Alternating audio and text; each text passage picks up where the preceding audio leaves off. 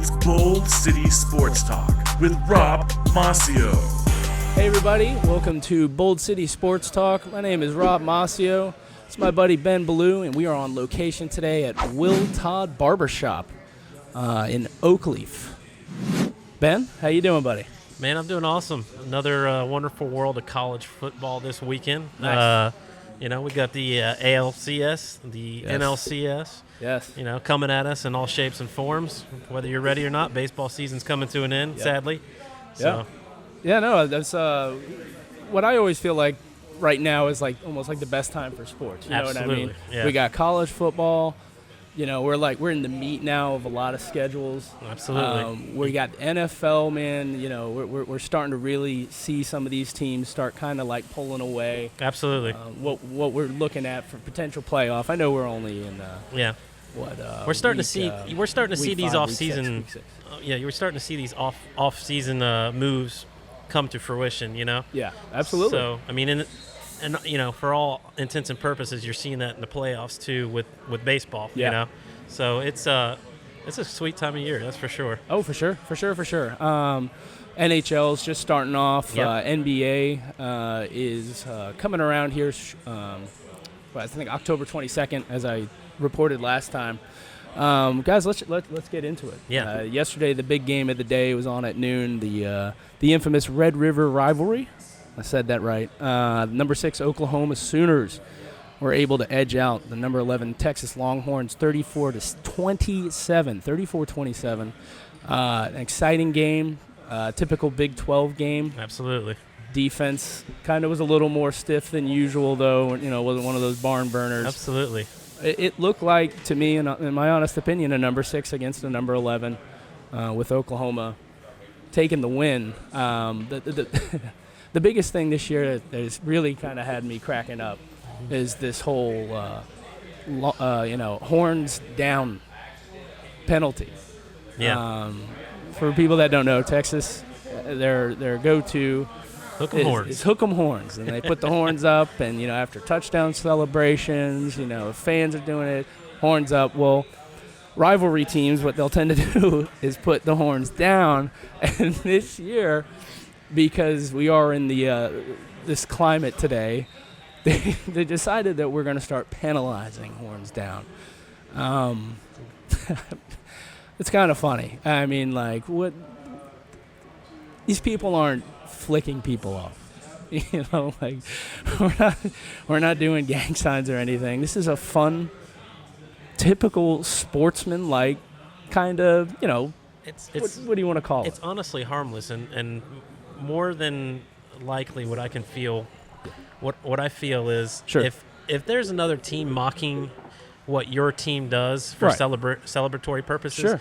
I mean, that should be an honor because they're flipping it back at you. It's like, if you were winning, you'd be doing the horns up. You know what I mean? It's kind of like when people mock any other college teams, their traditions and everything. That should be an honor because, you're that good. You're in the back of somebody's mind. You know what I mean? So, I don't know. It's to me, I think it's foolish. I think this is kind of ridiculous. Yeah. I mean, I don't think I saw any penalties on the horns down thing, but the fact that this is even being brought up kind of goes to show you where sports are going these days. Yep. Because I just think it's completely unnecessary. Yep. I think this should be it's fun and games. Absolutely. I don't believe it. A lot of people tell me it's only a football game. You know this. It's not, but it's college, baby.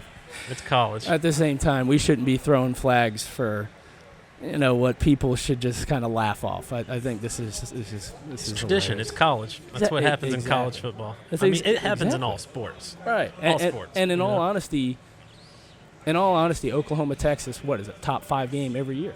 Absolutely. Right. The Red River one rivalry. Of the biggest. Yeah, that's one of my favorite games all year. Sure. Any of these big matchups like this where you've got two teams that have a history together. Right. And just the rivalry games that's what college is all about. That's why these kids get recruited to go to these schools. You know what I mean? So they highlight this game on schedules every single year. Like, there's no doubt. It's on Fox, Like, they're bringing this stuff in, and it's bringing in a lot of money, and like people are going to play up, people are going to play down. Yes. To teams, and sometimes, I mean, one team's not ranked. Absolutely. Overcomes, whoever's ranked this year. But, fortunately enough, both Oklahoma and Texas looking Saturday. really, really good. Any given Saturday. Yeah. How many times have we seen that happen every year? Sure. Every year. So. Sure. Yeah, I mean, it's, again, another great one, probably up there with Florida, Georgia, I can think of off the top of my head. Yeah. You got Ohio State. Michigan. Of course, the game. And until recently, they're not rescheduling it, but the Penn State game is pretty fun too. I love that one. Yeah, you gotta have those budding rivalries. I mean, I'm just thinking, just this week, USC Notre Dame. Yes, that was a nail biter. That was a great good game. One. Absolutely, it usually is. Most years, no matter what teams the teams are ranked, both of those teams have a lot of talent. Sure, it's fun. It's West Coast talent versus East Coast talent a lot of the time. So exactly, especially it was in South Bend this year. Yeah, so, that's a fun place to play. And Absolutely. USC they've had a kind of an up and down season. Yep.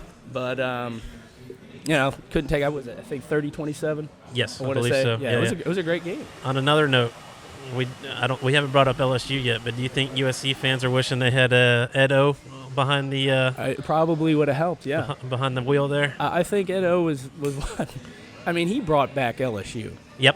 I mean, they haven't been this good since probably the Les Miles days. Saban. I would say Saban. Yeah, of course. Yeah. You're right. Saban was peak, and Les Miles. I mean, but he had LSU on the map. I mean, I can't remember the year it was, but did Alabama LSU, that field goal game? Yes. I mean, and there's another good matchup. Alabama LSU. I want to say that was was that the year that they played each other? LSU won in the during the regular season, and then Alabama beat them in the national title. I believe, or yeah, something to that effect. I want to say it was right. That was 2011, maybe 2012. Time's flying. Yeah. Well, let's dig into some of the college football. We're getting into that. Let's dig into probably the most surprising game of the afternoon yesterday. Number 3 Georgia losing to the 2-3. Now 3-3 South Carolina Gamecocks in double overtime to a score of 20-17. Who saw that coming? I certainly didn't. No, that was 20. They were favored by 23, and it was a home game. Yeah, the home. That's the craziest thing about this. Like, again, being college football, we're talking about, man. Anything can happen. Yeah. I mean, Muschamp. What I was thinking about the game. Will Muschamp, previous coach at Florida. Yes. He has seen Georgia before. Oh yeah, many times. Many times. But and not only that, sure. he's seen them many times. But he's coached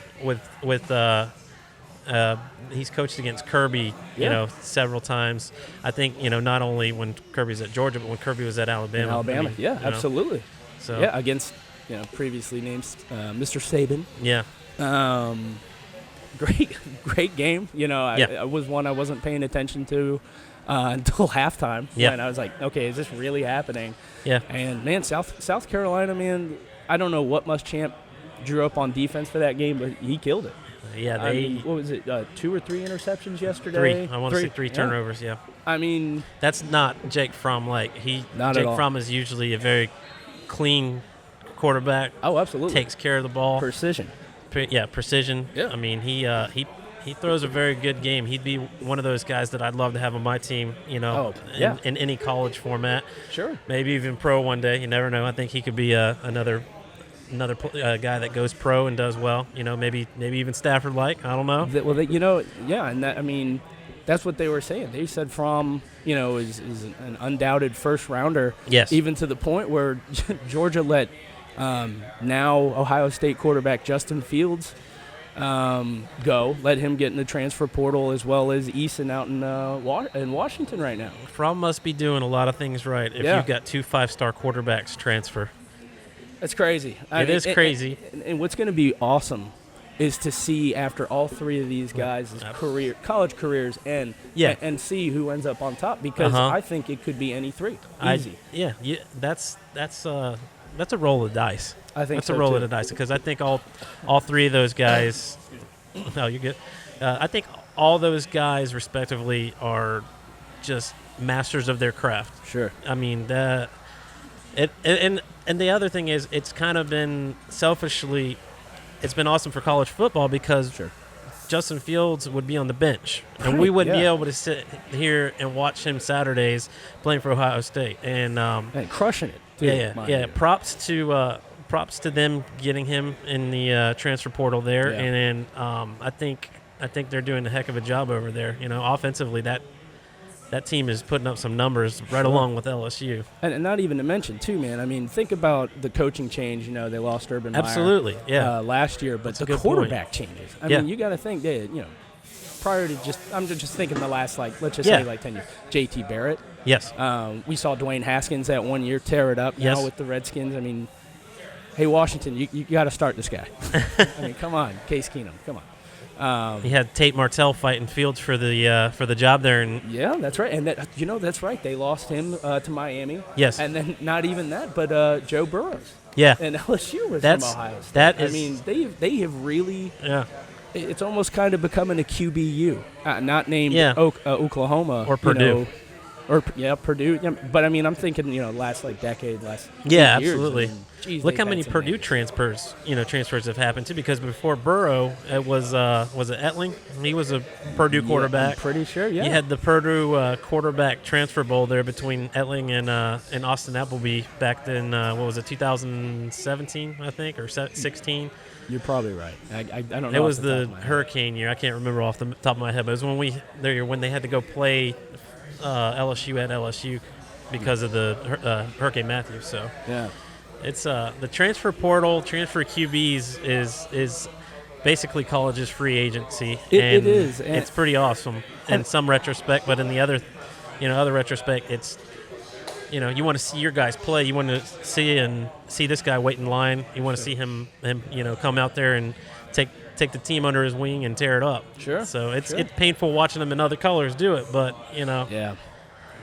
I mean, it's good for the schools. They were recruiting good players. And, absolutely. It's kind of funny. You really think about it. Kind of go back into yesteryear when you think about Peyton Manning, Tom Brady sitting behind all these guys. If they had the transfer portal, they probably wouldn't end up with Tennessee and Michigan respectively there, which would have been hilarious. But today's game, it's ever changing. I don't even really want to get into the whole paying players yet because it hasn't been defined yet, and we're not. Why keep playing this guessing game and burning our and spinning our tires on a subject that we have zero detail on. So, you know what? It's the name of the game. They want to do it, fine. Let's just not ruin college football. Yeah, I mean, I agree. It's just one of those things. It is about tradition, but, let's just play the game. Let's enjoy it. I mean, it just is what it is. So, again, Georgia took the loss. Again, I'm sure a lot of people in Vegas lost a lot of money over this game. That was a shocker. Cox up. That's my new hashtag. So you can do Cox down if you want. Kind of making a little joke there on the whole Longhorns. Florida LSU. I mean, could we have going back on it? I don't think anybody was really giving Florida a legitimate chance. No. Very similar to that of the week prior against Auburn. Yep. No, Florida's overrated. I mean, we kept hearing this. Florida's overrated. Florida. I think, did they lose? Yes, they did. 42-28. It was 28-28 in the third? It was a well-fought game. A great game with a quarterback in Nebraska. That second stringer. Who's never started in his entire career. And since his freshman year in high school. So exactly. Yeah, practically his entire career. 7 years. Sitting behind Felipe Franks in Florida. And he threw for 300 yards. I never would have guessed that. In Death Valley. That's the one thing, people. That's why I say I look at Florida fans. I'm like, you can't get bent out of shape about this loss. Yeah, I don't. I'm not a true believer in good losses, whatever you want to call it. But man, with as much flack as Florida was getting, and everybody, they're overrated, worst top 10 team. They're just because they're in the SEC. Dude, they proved themselves worthy with a second string quarterback on an LSU defense. Everybody was all over. Did LSU make the second half adjustments? Sure they did. But Florida still put up those points and played a hell of a game, man. Yeah, hell of a game. Yeah, it was good all the way around. Coach O, I think, probably outcoached Mullen a little bit there in the second half. But, Okay. I mean, kudos to Coach O. And, this is their year. There's something about a college football team where if it's their year, they're going to win no matter what. It's going to happen. Yeah, you know what I mean? It's like destiny. Yeah. There are plenty of times you see some of these guys. Absolutely. Clemson, I can't remember the year, but like everything broke. Remember at the end of the season, all those ranked opponents behind them or in front of them lost and moved them all the way up the year they won. Was it 2 years ago? Yeah. That just like it all the cards fell. Yeah. But with the playoff, you kind of get that cool thing with the NFL and with baseball. Sure. If you get on that hot streak, that's if you it. peak at the right time, that's what it's all about. That's what it's all about. I mean, we're clearly seeing that with the Nationals. For sure. We're seeing that with the Nationals. Earlier in the year, I think you and I had talked about it. It's like they're fourth best in the National League East. Oh, they lost Bryce Harper. There's no way. Yeah, well, clearly Mr. Harper's looking pretty overrated at this point. But let's not get into that. Let's get into a little more of some college. We had Florida State. I don't know where to begin with this team. But I guess if there's got to be a scapegoat, there's got to be a culprit, and it's probably Willie Taggart at this point. A lot of people were questioning Clemson. Yes. Oh, they're not the same team as they were last year. Trevor Lawrence doesn't look the same. They looked pretty good yesterday. This is the thing about Clemson. This is what kills me. As these guys progress, we expect them to do the same thing every year in and year out. It's not possible. It's not possible. It's not possible. There's more film on Trevor Lawrence. They Absolutely. can pick things up. Absolutely. They're watching opponents like North Carolina just a couple weeks ago. Yeah, I mean, kudos to Matt Brown. He's doing a heck of a job this year. Yes, yeah. I think one of the most – you were talking about Coach O and LSU. Absolutely. Matt Brown is probably one of the most underrated pickups Absolutely. for college coaching. Dude, he was doing stuff with FS1 or something. Yes. And, I mean, is taking a typical UNC team in football, not basketball, and making them pretty relevant. And lost the game by the 2-point conversion they couldn't convert. But, dude, they had no right to be there in the first place. Absolutely. I mean, how many wins did they have last year? He's getting these guys to buy in and believe. Sure. And for a new coach, that's a huge thing. And you got to kind of wonder what's going on over in Tallahassee with all the talent that Jimbo provided. Yeah. I mean, they don't have a bad team. No. They have a lot of talent to me, on one that of the team. most underrated running backs in Akers. Cam Akers is one of the he's one of the best in college football. Cam Akers is going to play in the NFL, and he's going to succeed, in my 110%. I really think he's really special. I think and their so. O-line isn't helping. It reminds me, maybe not as good as, but Saquon Barkley at Penn State, and that O-line was Swiss cheese. Yes. But I think sometimes for running backs in college, man, that's great practice for the NFL to get to the big boys in a good O-line and go, absolutely. Hell, I was playing, again, in a Swiss cheese O-line. Absolutely. When these holes start breaking, Le'Veon Bell's another guy I can think of that can just watch holes. And the guy's amazing. Yeah. I think Akers, man. I think Florida State's got something really special with him. Absolutely. Cam Akers can make something out of nothing whenever he's behind. When Florida State's usually not doing anything. Man, if he gets out in some free space, that guy's usually gone. Oh, yeah. He's lightning fast. He's a lot of fun to watch play the game of football, for sure. I think he's going to be something special. Again, FSU pretty much taken to the shed. They'll get it together eventually. I don't know with Taggart. I think Bryles, that's got to be one of the coaching hirings of the year as far as college goes, because their offense, by all intents and purposes, isn't terrible. And he's definitely brought that California-style offense to FSU that Willie wanted to bring. Right. From Oregon. And I think once it starts to click, you're going to see a really high-scoring, fast-paced offense coming out of Tallahassee for sure. Sure, and it's like this. There won't be down long. No way in heck. Florida State, man. There's no way, man. And on top of that, in my opinion, it's just kind of how this always goes. Yeah. Florida's up right now. FSU's down. Why? Because all the recruits are going to Florida. And what will happen? Yeah. Florida State will start doing well. Yep. And then Florida will drop. I don't think it's going to be a decade slump like Florida was. Florida's has almost been a decade. And I'm pretty sure everybody already is hopped off the UCF train, so we don't have to worry about them. Oh, previous national champions, but what are you going to say? Anyway, Clemson took them to the shed, 45-14 yesterday. I think the second stringers for Clemson were in the third quarter. It was pretty much over at that point. They probably unloaded the bench again. Yeah, they were in the second half. And you know what? Just one more comment about FSU. You got to play Hornibrook. I mean, I just think he's built for that offense. Mm-hmm. I think he was a pretty impressive quarterback with Wisconsin previously. Yes. And Taggart, play Hornibrook. I think you got something there. I think you need to stick with one guy and let him figure it out. This season, I mean, in all honesty, is kind of at a loss right now.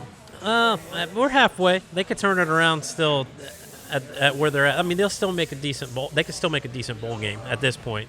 They could. So, yeah, but I mean, it was looking better up until yesterday. Where people again were kind of poo-pooing all over Clemson. Yes, but that was the game that they need too. They needed that game. I think everybody can jump off Clemson's back. They're fine. Yeah, they're fine. For this week, they look pretty darn good. So I'd say so myself. A team that I've kind of been impressed with lately, especially since the first week of the season. Yes. The Hurricanes.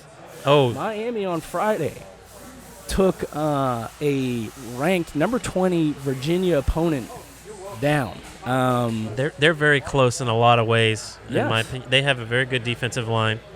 If they could put it together on offense, they got a good running back. Yes. If they could put it together on offense, they're struggling a little bit with a young offensive line. Mm-hmm. But the U can definitely come back with Manny Diaz. I think he's headed in the right direction with what they've got going on.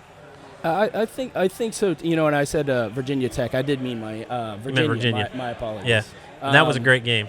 It was a fantastic game.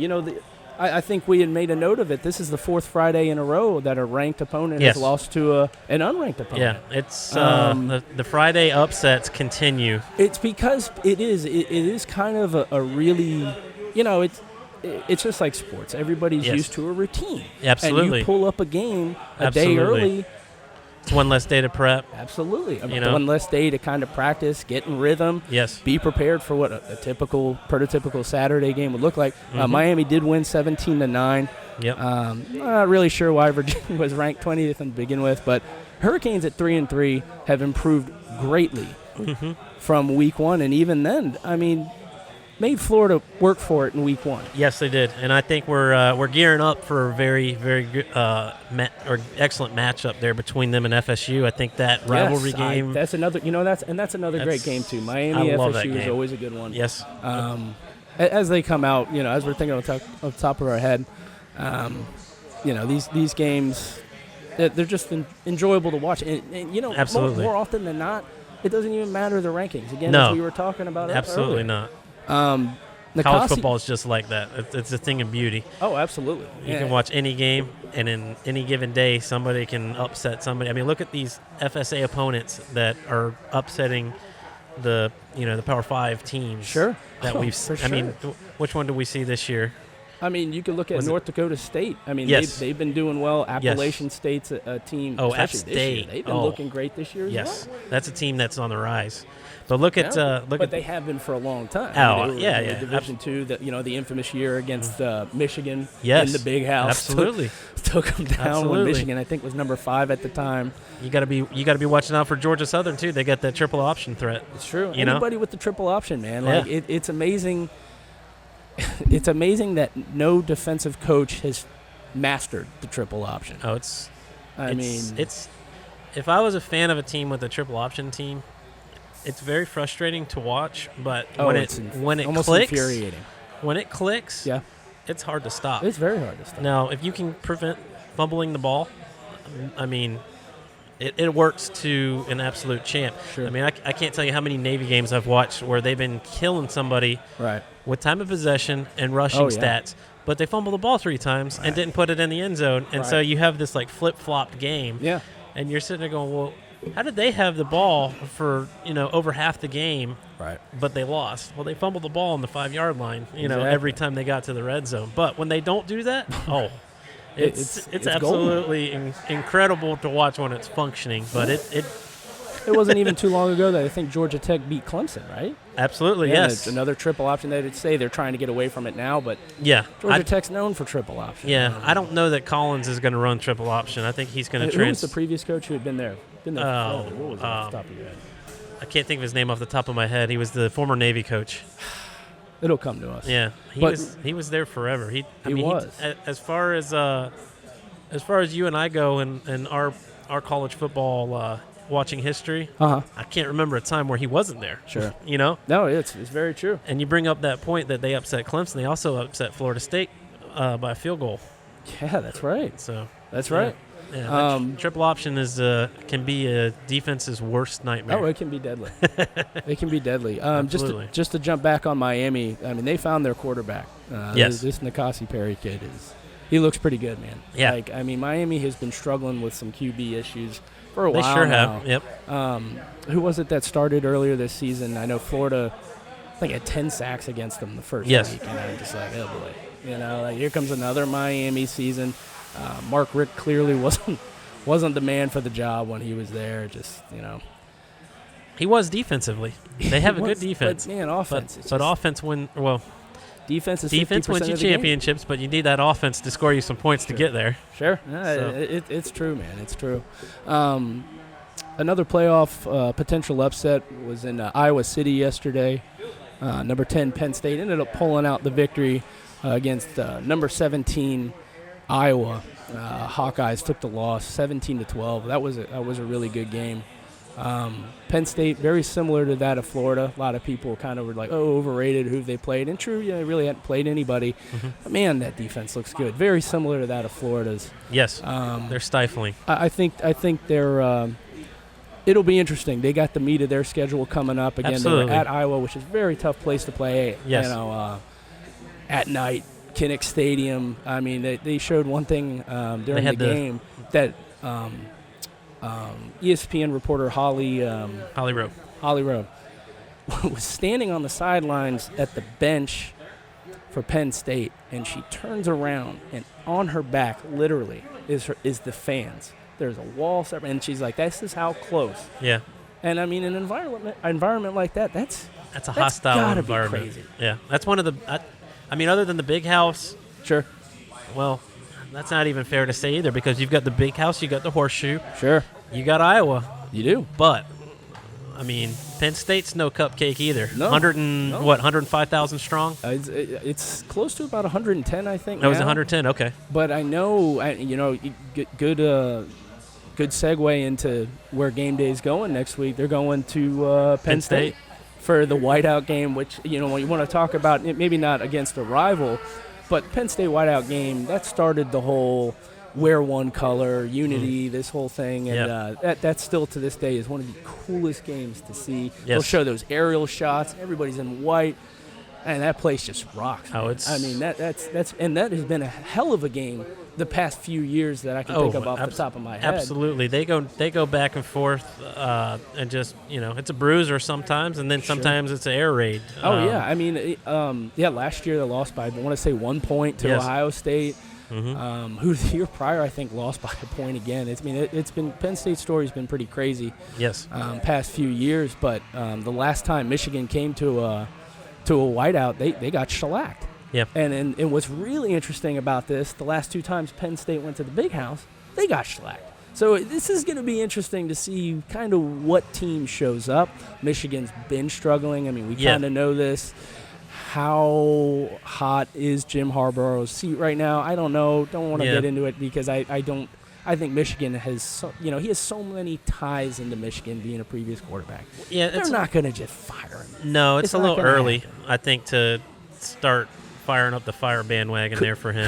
Could he get a couple signature wins? I agree. He's waiting for it just the same way James Franklin was at Penn State. People were booing him. Dude, it takes years to get these recruitments, and you're going to miss some recruits. Yeah. How many 5-stars don't make it? You know what I mean? And well, either that or they get in the transfer portal nowadays.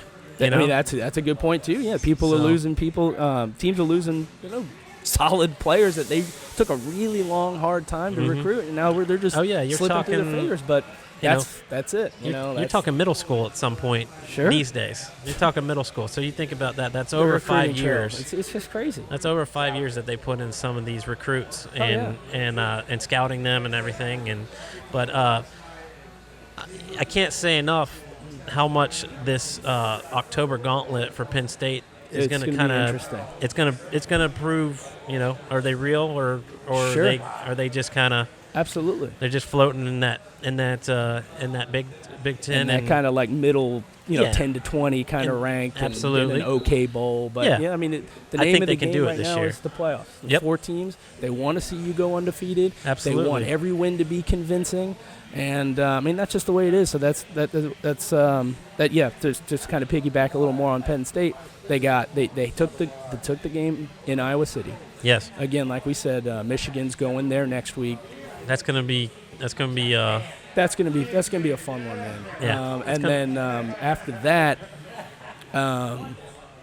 they are going to Michigan State, who Michigan State has taken them the last 2 years, and Michigan State this year has kind of seemed like a typical Michigan State season in my opinion. But again, it's going to be a fun game regardless. That's always a fun game. Mark D'Antoni, he's had their number the last 2 years. So we'll see if Penn State can call redemption. But talk about another one of those matchups where it doesn't matter what you're ranked when you go into that game. Sure, you just don't know. And that's the same thing with Iowa, man. I mean Iowa again. It's just one of those places to play. Yeah, and one of the things that I heard and read about Iowa is that they're boring. Well, they're boring because they do things correctly. And they're not really high profile with what they do, but they do it effectively. They run the ball, they pass the ball, they do everything how you're supposed to do it. They take care of the ball. I mean, it's just historically they've been really consistent. Sure, So it's true, and I think since we're in the Big Ten, Wisconsin's one of those teams this year that might just get lucky. A couple teams ahead of them just might take a couple losses, and then they just. I've got an interception. Intercepted. We've got Ryanbot on YouTube. Just wanted to go ahead and say hi to Ryanbot. Ryanbot, what's going on? Ryanbot, how you doing, buddy? Welcome to Bold City Sports Talk. He's on this one right here. He's on that one. YouTube. Hey, Ryanbot. Sorry. Welcome to Bold City Sports Talk. Anything you want to talk about? If you want to, if there's a message board or I don't know how the social media world works, you want to talk about stuff, let's talk, man. That's what this is all about. All right, so the new AP poll dropped today, Sunday. This is usually one of my favorite. Yeah, go ahead. Oh, you were talking about Wisconsin. Oh, yeah. We forgot to mention how effectively they run the football and how good their running back is. It was one guy that nobody's been talking about. I get it. Hurts has looked great. Burrows has looked great. We always love publicizing the quarterback. The quarterback's, cool man on campus. But Jonathan Taylor, man. That guy. This dude, he's putting up some record numbers that nobody, I'll not say nobody because he's pretty known. Yeah. Not Jonathan Taylor Thomas, not JTT, guys. Jonathan Taylor is doing some miraculous things in Wisconsin, and that Wisconsin defense is nasty. Yeah, they put a hurting on Michigan a couple weeks ago. And then they shut out Michigan State, which Lewerke is a Lewerke in progress, haha, pun intended. But Wisconsin, man, I'm telling you, that might be one of those dark horse teams that might win out the rest of the year. They could get hot. And then, boom, there they are on the fence for the playoffs. Sure thing. I agree. They could get hot and make things happen. They could upset whoever they play in the Big Ten championship. The Big Ten is really gearing up to be when it comes all down to it, it's going to be probably who wins in this Penn State Michigan game. Yes, absolutely. Or Penn State Michigan, Penn State Ohio State, or who wins in the Ohio State Michigan matchup. I think, in my honest opinion, if I had to take a guess for the Big Ten championship, it's going to be Wisconsin against whoever. Between, in my honest opinion, Ohio State and Penn State. I agree. And Michigan is a third, but that loss to Wisconsin, they've had, like yesterday, I think in the third quarter, they were up 28-0 and allowed Illinois, the Fighting Illini, to put up 25 straight points. like Michigan. Like, where's your defense get your at? act together. Yeah, like. And they have good defense. They do. I mean, it's Jim Harbaugh. Like, talk this about is another what he team. does, and he's good with the QB. And Shea Absolutely. Patterson's been wishy-washy at best, in my opinion. Yeah. I mean, We'll talk about another team with tons of talent. Yeah, and he's and recruited they recruit like crazy. Yeah. He's recruited very well. Oh, very, very well. Yes, absolutely. Yes. Let's jump into the AP poll. Has dropped again. A lot of people love talking about the top 10, even the top 4 because of the playoffs. I love talking about the bottom 5. I love watching to see who comes in, who's new, who progresses up. You know, as the season goes on. Let's start at 25 at Washington. They're back. I think they beat Arizona last night. They beat Arizona, I think, was it last night? I think it was last night. Okay. I'm pretty sure it was Washington, Arizona. Okay. I was watching. I was falling asleep there towards the end. Appalachian State, we were just previously talking to them. State, they're man. at 24. This is a team that, I mean, talk about not getting any publicity, but to get the job done. Very similar to that of Iowa, who's at 23. Missouri at 22. Kelly Bryant's doing some things. Yes. I think they're back on track. Yeah. Yeah. I mean, again, another kind of difficult place to win. It's a very difficult place to for an win. opposing SEC team to Absolutely. go into Mizzou. And they lost to Wyoming early on. And maybe there was, maybe there wasn't the it's the first game of the season. It's the first game of the season. It's the first preseason game, if you will. I mean, they got to get their feet wet. Yeah. I mean, I guess the old saying, the biggest changes happened between the first game and the second game. Intercepted. Let's go. What's going on, man? Nothing much. I'm kind of short here on this thing. Oh, you're right. I'm super short. I'm sitting on a book here. So I'm Rob. This is Ben. What was your name, man? My name is Mike, man. Mike the Barber. Mike, how you doing, man? Nice to meet Mike you. the Barber. How you doing, man? Nothing, man. Just watching the Jazz game. Kind of feel like we're getting cheated out here. Let's do a quick update. Let's jump into the NFL real quick. We'll put the AP poll on pause. New Orleans up 13-6. Mike the Barber. We got 11:01 in the fourth. What are you thinking, man? Jacksonville is blank. Jacksonville is blank. Fill in the blank. Jacksonville is resilient. Okay. And there's some hope. Put it like There that. is some hope. There is some hope. There is some hope. We were known as a defensive team, but Right. it looks like it's Absolutely. shifting Oh, yeah. more to offensive. Apparently, matter of fact, find out today that we're fifth on offense. I think apparently. so. I think so. Oh, really? The Saints are a nice team, and they always are kind of a nice opponent. Yeah, They don't have absolutely. Breeze. But Bridgewater, man, I mean, when he was in Louisville, he looked good. It's the coach, man. He Yeah. has how he Sean schemes. Payton knows Payton. what he's doing. Yep. Sean Sean how Payton's he awesome. schemes it. Then you have Hill back there. He can be tight end. Oh, yeah, back, BYU, quarterback. right? Yeah, Taysom Hill, yeah. Basically, do your own, and then you have Teddy. He was he's a starter caliber that you Oh, have as a backup. Come on now. absolutely. You can't beat that. He was Absolutely. drafted as a starter. Was I think Minnesota? Minnesota. Yeah. Yeah. And Minnesota. then he got hurt. He got that. Yeah. Really. He tore an ACL or something like I that. think Yeah. so. Really bad knee injury. So they they're pretty deep too. They got good receivers. Oh yeah, Michael Thomas is the Ohio State's Michael Thomas. I mean, probably the best wide receiver in the NFL right now. I mean, he's getting paid like it, which he should. I think that's Drew Brees' number one. I mean, for anybody else, he'd be number one. They're number one. But Who's the kid they got from Tennessee? Is it Alvin Kamara? Alvin Kamara. Kamara. I think he's playing today too. Is he not? Yeah, is he- he is. He's a beast too, man. And it's He's a not monster. Even more, it's not even more as like power. He's like more a finesse shift. Oh yeah. Yes. And if he needs to, he can put his shoulder down and get a couple yards. That's what makes him creates scary, holes. man. It is. Yeah, he does. He creates Footwork and holes. his balance is the biggest Yes. thing, man. If you see how many times you get hit, Oh, you know, yeah. just spin around, Absolutely. and just tiptoe the line. I was like, man, you need to be in Dancing with the Stars, basically. I almost would be interested to see if you ever took any kind of dancing classes. Yeah. As a lot of these NFL players used to do. Yeah, Lynn ballet. Swann, I know, Yeah, was ballet. one that when he was at USC, they would ridicule him all the time. But it's that whole balance. I mean, that's for running backs, I think that's one of the most underrated things. Yep. Le'Veon Bell, as we had hit on earlier. I mean, he's one of the I've never seen a guy just coast in the backfield, wait for that hole, and then boom, and Kamara's kind of one of those running backs. He is, sure. man. And to his point with making stuff happen, Yeah. we were talking about Cam Akers. Yeah, Cam Akers can be that guy in the NFL, like you're saying. I think he's going to be special. Yes, I really sir. do. He's leading the way for I say running backs in the league now. They may need to look for the sides and the body. Sure. Absolutely. And he's just I'm doing my own kind of thing. Oh yeah. Absolutely. No. Yeah. I mean, because you got Ezekiel Elliott. Barkley, you got Christian McCaffrey's another one. A guy. He was another person people doubted, Christian Oh, McCaffrey. Yeah. Because coming I'm out guilty of of college, me too. initially, he can't run between the tackles. I think it was what they were saying. Right. He can't run. The next you know, he goes. The Panthers, they kind of run heavy too. Man, he tore us up last week. I was so mad. Yeah. Oh my god. Unless if you had him on fantasy. Yeah, you were loving him last week on fantasy. That's for sure. I'm over here cutting hair, taking calls. Like, oh, come on now, man. Jeez. He looks like a future Hall of Famer, man. I mean, I think.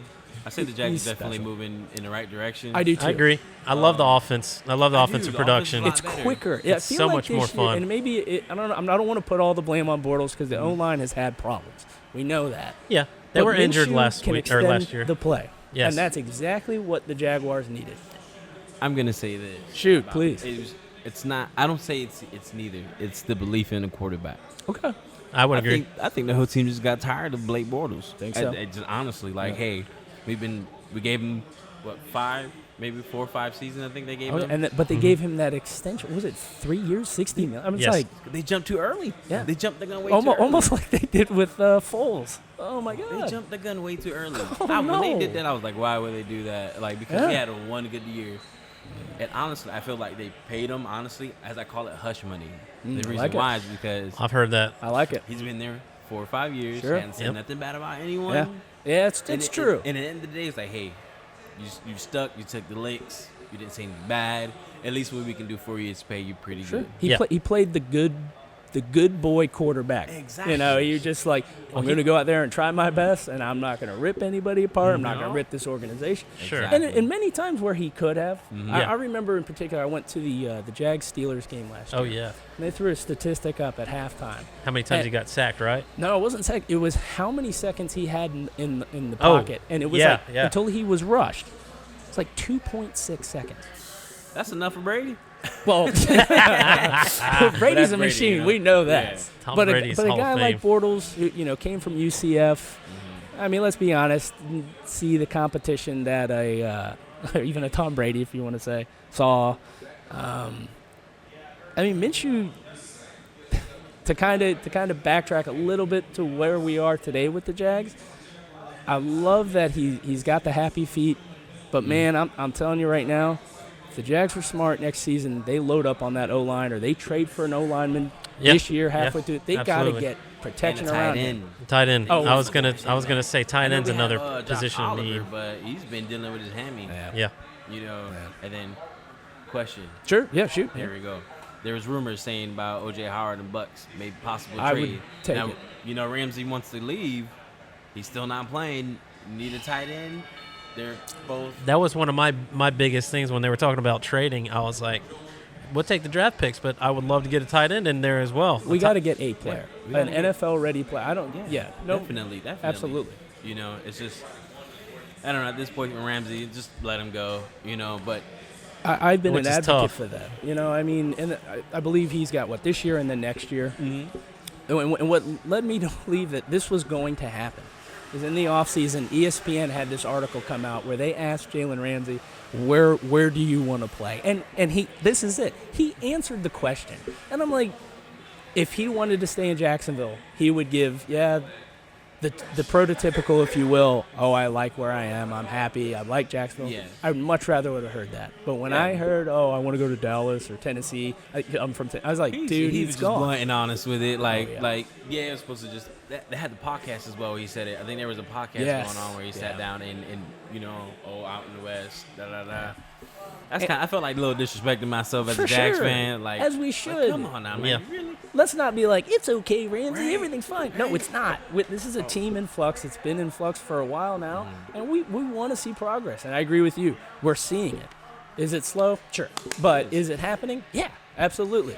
Absolutely it is. Exactly. And right now we don't need the Ramsey. I'm not going to see the Ramsey drama because it's not really that big of a drama. It's just. it is what it is. Exactly, it is what it is. Just right now is at the time like, hey, just all right. Let's see what the best we can do. Sure. With Ramsey, if not, they're gonna hold on to him. But I feel like it's just gonna bring the team down, basically. Well, that's what I was just thinking off the top of my head. But also, it really scared me at the beginning of the year was when he shows up to training camp. Oh, in the Brinks truck. And I'm just sitting there. I was like, oh, boy. Here we go. I knew it, man. I was like, you're just being the clown right now, man. Like, you should just kind of be quiet and be humble, and you could have been the same. In the same, I'm not gonna say be quiet and humble. At least no, I know what you mean. No, I know what you mean. Tone it down a little bit. Sure. You be yourself. That's the quiet fine. person got paid, right? Miles Jack. Right. He got his money. He got his fame. Absolutely, he did. You know what I mean? Sometimes you can't just be the superstar you want to be. No. You know what I mean? You can be, but just. And I understand where he's coming from. All he's trying to do is provide for his family at the end of the day. Sure. And he wants to win. And he wants to win. He's already voiced, and that I completely And understand. what competitor in the NFL doesn't want to win? Of you know, course. you can't So what happens if you start winning? That's my question too. I would love somebody to pose that question. What if the Jaguars flip the switch? You know, offense is getting on track, defense gets on track, and it's a full team. What if they do start winning? Right. I mean, does he still want to be here? A defensive play away, and that could have been him. Well, yeah. Dude, let's go back. Let's look at what we're looking at right now with the Saints, Carolina and Denver. We could have used them all three of these games. Absolutely, yeah, definitely. You know what I mean? And it's like, what more do you want? This team's out here fighting. Mm-hmm. And you're gonna say, I'm not happy. My back. You know, it's just like, what more do you want? It's a young team who's trying really hard, and you got Fournette back there who, you know, he wants to win. We already know this. Absolutely. And you know, you have probably the most publicized 6th-round quarterback of all time under center right now. How sneaky was that pickup too? Yeah. Whoever scouted Minshew, because we watched him in Washington. We watched him in college all the time. Like, give that dude a raise because he knows his quarterback, man. I mean, all right. And this defense, I mean, Jacksonville. it's like you were previously stating, they're still top notch. But man, you lose a Ramsey, as we saw what I think in Denver. I mean, they were attacking. So. As we're obviously seeing, they're building chemistry with Minshew. What happens when Nick Foles comes back? Yeah, that's been the question, I think. That's a huge question. You spent $88 million. You can't sit him on the bench. You can't sit him on the bench. But I feel like the organization is a win now. Oh, of course. Right now. So either if you're winning with Minshew and you got the chemistry already flowing, sure. Obviously it's going right now. Absolutely. All right. Do you take him out just because of the money aspect of it? Well, this was kind of what I was thinking to myself. Do the Jaguars even play Foles at this point? Because we got to see the record. Mm-hmm. If they're 3-8, they're not going to throw a $20 million man out there throwing. Nope. There's no point. No. You know, but like if they're on the edge of the playoffs, I think different story. Begs a bigger question of it's worth us putting them out there. Yeah, but does that mess with the team chemistry since they've gotten this chemistry with this this long shot quarterback? You know what I mean? Right. So I mean, it's going to be interesting to see what happens with the Jaguars. I'd love to see Foles out there, but at the same time, I'm 100% behind Minshew too. You know, he's taking Jacksonville over, man. Yeah, How long has it been since we've had a player like this? Exactly. It's fun. It's a lot of fun to be a Jaguar. Jaguar. I think Bortles had it for like a week or two, and then it was like, there's back to Bortles. Typical Borders. Yeah, first drive of the season, and then it's like, all right. I'm gonna say he had it for 2017. He did. Sure, 100%. Absolutely. That's the best defense we've ever had. Oh, that was that was just incredible. But I feel like this what we have now could be just or better. I mean, agree. Previous to 2017, that was easily the best defense. And I agree. This line is incredible. And you got defensive line is incredible. And you want to talk about go back to the draft? Yeah. Allen dropping to the 7th? Oh my gosh, that was another. Holy moly! I mean, it was a even first announcers round. were like, "Whoa, holy moly!" Like, Seven? holy moly! Why do I keep saying that? Yeah. I can't believe he fell. Yeah, with Miles Jack. Yeah. He literally lucked out on some really good defensive. Oh yeah. Yeah.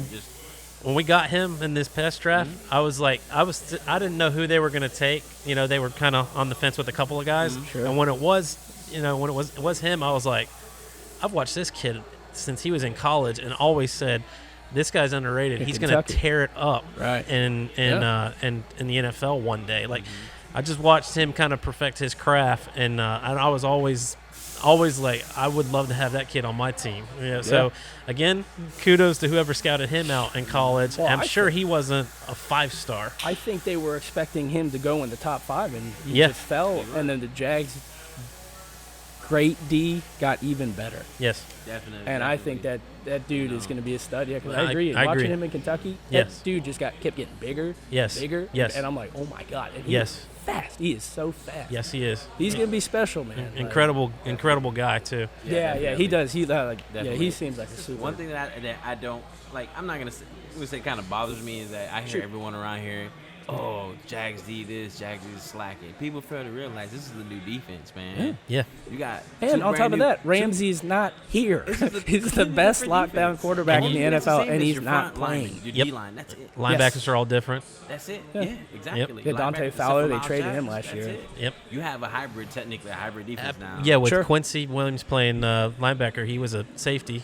He's performed. I think he's performed. Absolutely, and he's another one. He's a really great guy. I got to meet him personally as well. Nice. That's cool. So he's a stand-up guy. So, man, it's just. So what do you think 5 weeks in? Where do you think we're looking at with the Jaguars?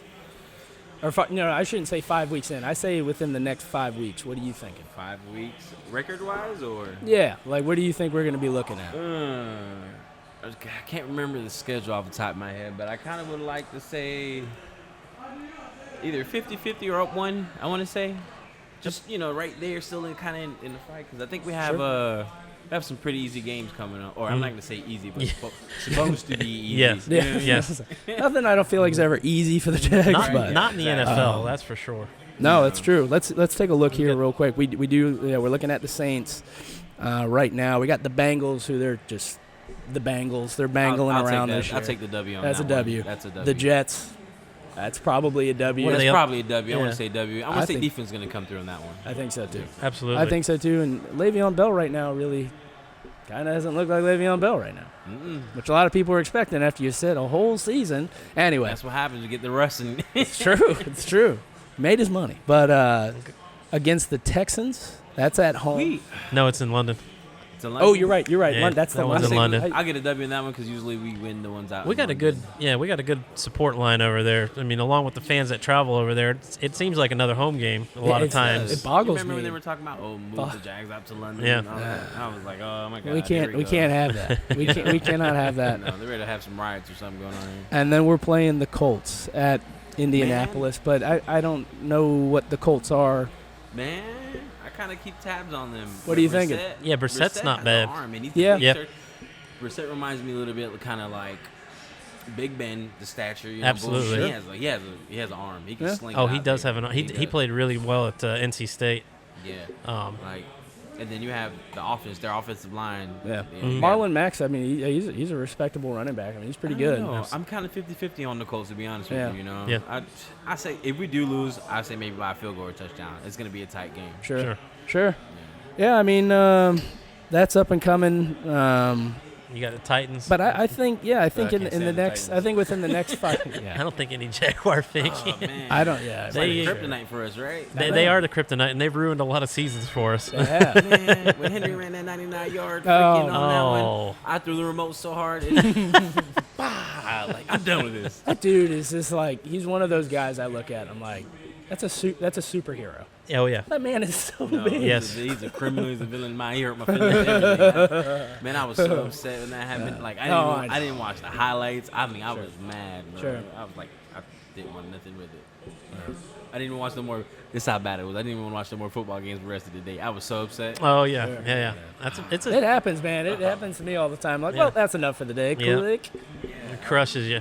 I go and in my room and cry somewhere. Okay, with that, you thinking we'll go ahead and take a break, guys? Mike, you're more than welcome to come hop back on if you'd like. If I don't got no one to cut, I don't mind.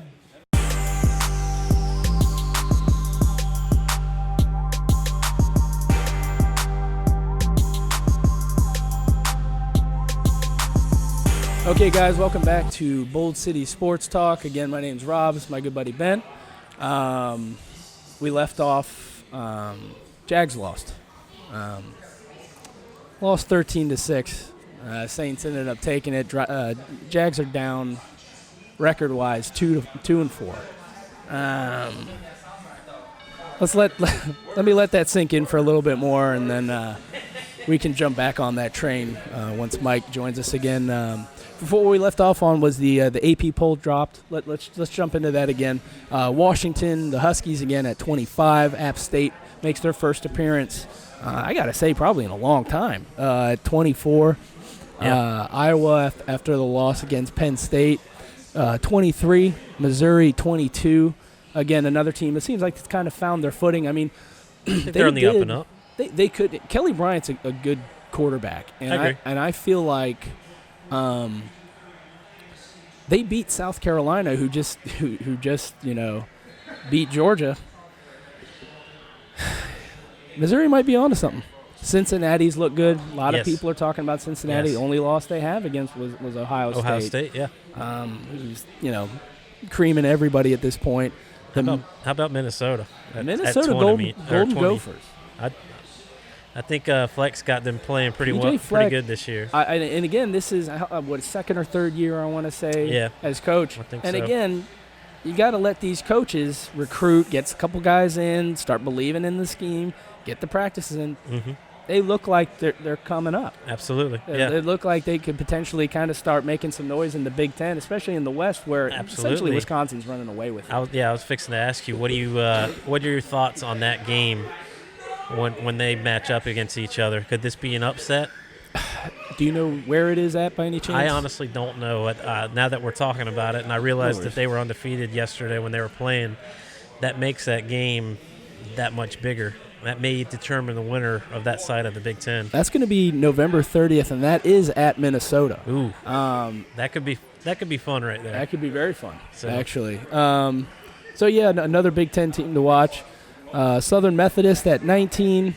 They're on the up and up. Yeah, I mean they've looked pretty good. Yeah. I think, do they have a loss to their record? They may. They had that nice upset over.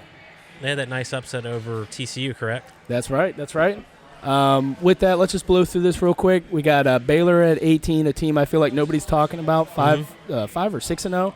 Arizona State, Herm Edwards. Yep. Making some noise. Michigan's going to be at 16. Yes. Texas drops to 15. Boise State at 14. That's another team that's on the up and up.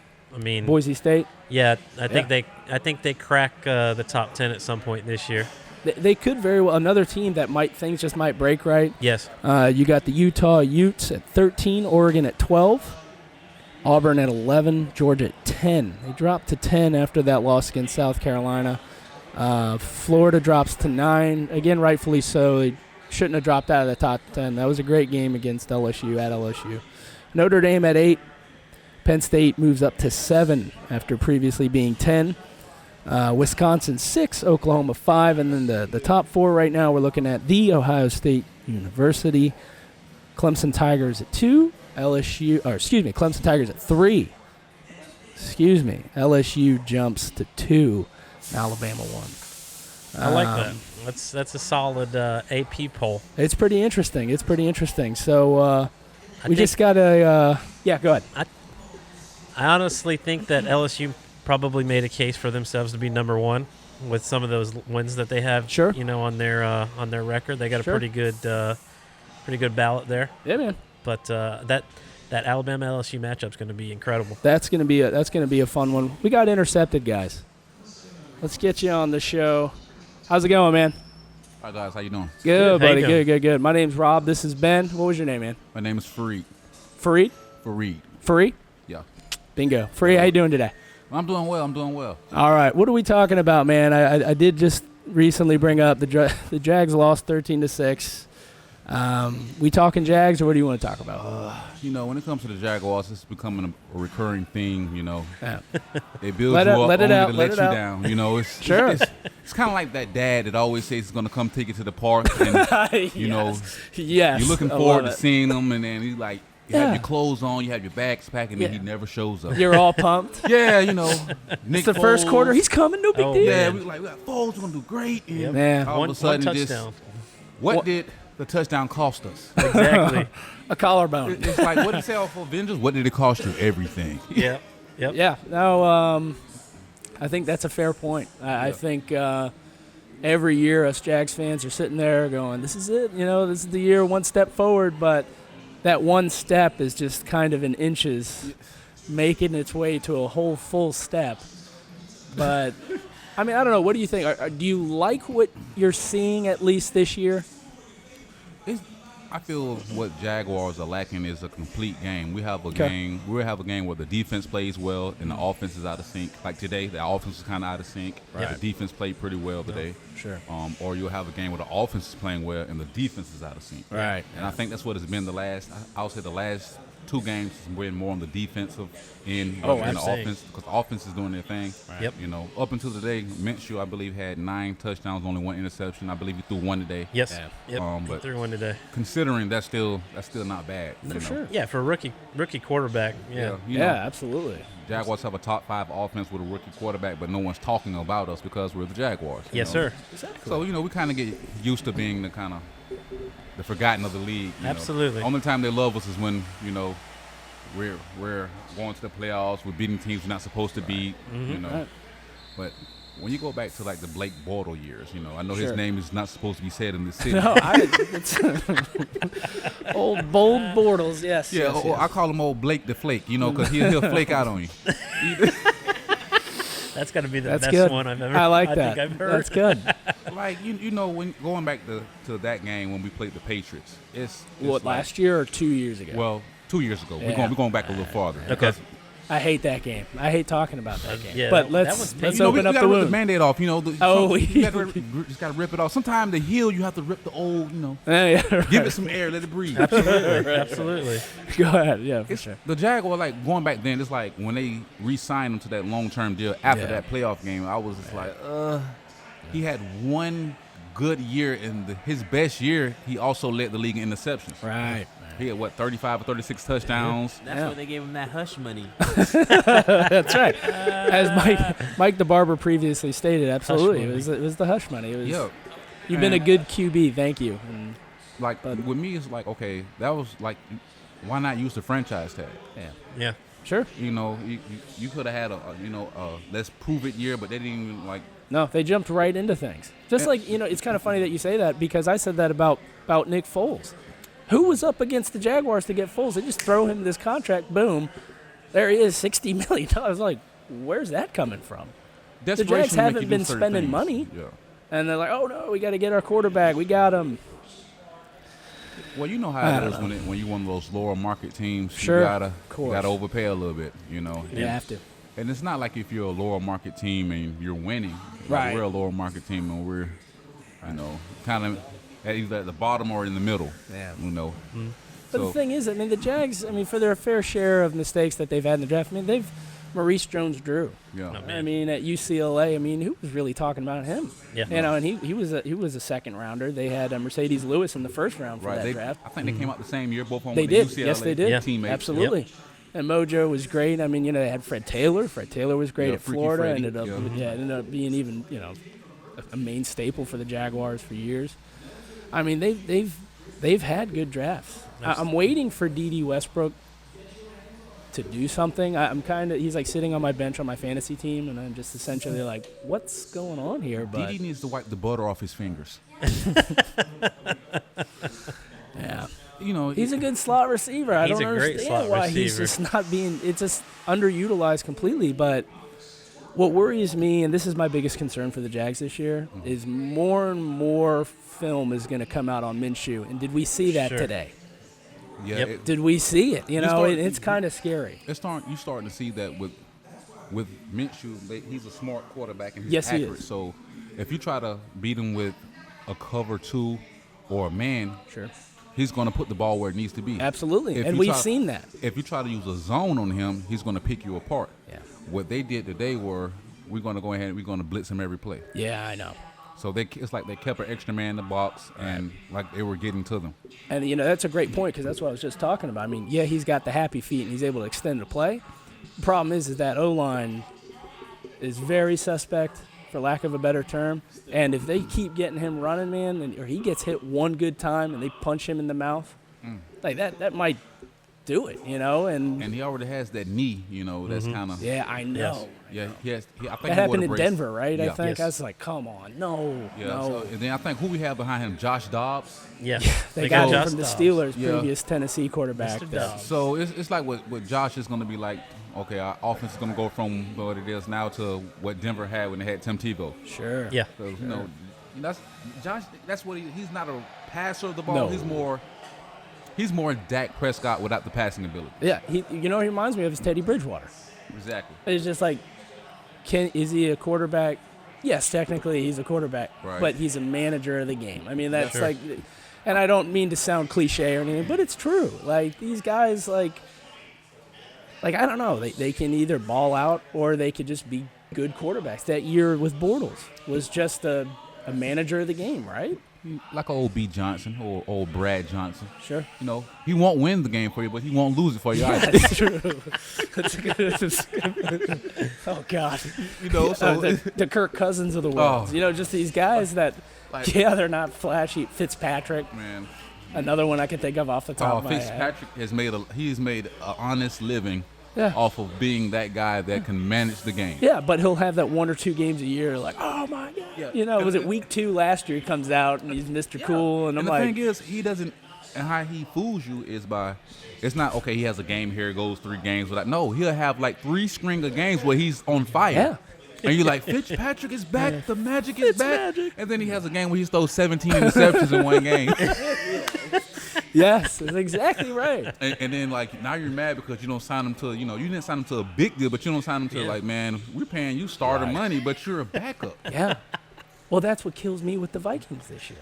Oh, God. And you know what? I couldn't be any more mad, get a little personal on my fantasy team. This is the week I sit Stephon Diggs. Oh, he caught and he just had 3 touchdowns. God. I'm like, dude. He balled out today.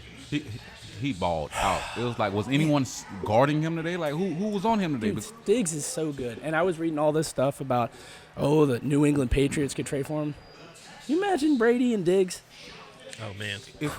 With Dig can run every route on the route tree. He's amazing. He's extremely fast, and he's a very intelligent receiver. And he's got amazing hands. Absolutely. And it's crazy, real quick, the Vikings have him and Thielen. How were they not putting up 50-plus points a game? Like, he's awesome. he's the number 1 receiver. A lot of people, he was hurt, but people forget he's the number 1 receiver. Yeah. Diggs is it's 1A and 1B. I think they're both number 1s in my book. Yeah. Kind of like when you had Reggie Wayne and Marvin Harrison. Yeah, exactly. Let me ask this question. If you put Diggs with Tom Brady, is it going to be like Moss with Brady a couple years ago? It would be better. I think it'd be. It's crazy. I was just going to bring that up. Yeah. Nice. Tom Brady has shown you what he'll do with an elite receiver. Absolutely. He destroys records. Yeah. And he'll show you what he can do with an average receiver. Absolutely. He turns average receivers into great receivers. Well, at least he gives the illusion they are great. Yeah. Absolutely. Julian Edelman. I mean, would he be Julian Edelman without Tom Brady? I think that's a classic kind of seesaw kind of conversation you can have. But I was going to go Jags. Let's go Keenan McCardell and Jimmy Smith. And Jimmy Smith. No, with the Jags, man. I mean, Thunder and Lightning. Thunder and Lightning. At their peak, they were called Thunder and Lightning. Yeah. And a lot of people sleep on Jimmy. I believe when Jimmy retired, he was number 11 all time on the receiving list. That's crazy. Wow. But because he played in Jacksonville, sure. Yep. You didn't know that. You know. Well, I mean, we did. We knew. Yeah. Even with Fred Taylor, Fred Taylor's best years was spent. Who did the Rams have? Isaac Bruce and who was it? They had 2 just Isaac Bruce ridiculous. And what was the other guy? I know. Exactly. Back when they had Kurt Warner at quarterback. Marcus show on turf. Yes. Putting up numbers. That's why everyone was surprised that they lost to the Patriots in the Super Bowl because they had they had number 1 offense. Mm-hmm. Oh yeah, you're talking about last year in the worst Super Bowl of all time. Yeah. That was terrible. I just. I don't want to seem like a hater, but I'm really getting tired of seeing the Patriots in the Super Bowl. Welcome to the club. It's like okay, we want to see somebody else. The AFC is like what the East was when LeBron James was over in the East. It's like we all knew who was going to the finals every year. You know who's going to the finals every year. Of course. It's kind of like, okay, you hope Pittsburgh can do something. You hope that you can get maybe a Baltimore, which is my team, by the way. Go Ravens, we won today. All right, you know what? I've been saying this. I said this at the beginning of last year when they finally decided to part ways with Flacco, and I get it. Mm-hmm. He won a Super Bowl. Well, so did Matt Hasselbeck. All right, Oh, yeah. Some people have that year. We were talking about just destined years. It's just some years things happen. Dude, Lamar Jackson is going to be a stud. I think he's going to be something special, man. They got Ingram, who I think nobody talked about. Ingram's been slept on his whole career. Dude, to be honest, he's been more than serviceable his whole career. Dude, absolutely. And he's still only, 29? Exactly. 30? And I know, it's a running back, but he's played so much kind of part-time with Kamara and he the has Saints. a lot of tread on those tires because every year that he was with the Saints, he had one or two backs that he shared the ball with. Exactly. So, and Dallas just essentially let him walk. They're like, whatever. And Heisman winner. Yeah. So, I never understood that. Like, how as low as he went in the draft. I know.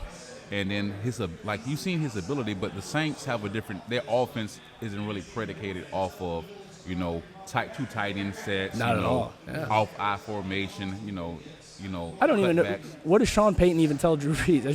Just throw it to who you think you should throw it to. Okay. I mean, Drew Brees is that good, right? I mean, if you take away the offensive line for Drew Brees, sure, and just leave the receivers and the tight ends and the running back, it looks like 7-on-7. Yeah, sure thing. The way he plays, it's it's pitch and catch. I'm like just hiking the ball and is open. He finds the open receiver. He's amazing. Sure thing. It's like people don't talk about his vision. Right. He's been doing this for years. Drew Brees Yes, he is like has. the only quarterback to have multiple 5,000-yard seasons. That sounds about right. It has to be. He has the highest completion rate of any quarterback in NFL history, and when it's all said and done, he's gonna be the all-time leader in yards. Oh, absolutely. I think is he not incredible. second now? Yeah, he's second to Favre. Yeah, he's getting there. I think another season he'll have it. And that's what this year one of the most highly publicized games was the Saints and Rams going back at it. And I'm like, man, I can't wait. Sit down, getting ready to watch the game. Boom, thumb injury. I'm like, oh no. Man, it was crazy. This year's been crazy when it comes to quarterbacks. Like Big Ben. And it's not quarterbacks get hurt, but usually it's like a smaller market team or something. Yeah, but we had Super Bowl winning quarterbacks. Absolutely. Foles, Breeze, Roethlisberger.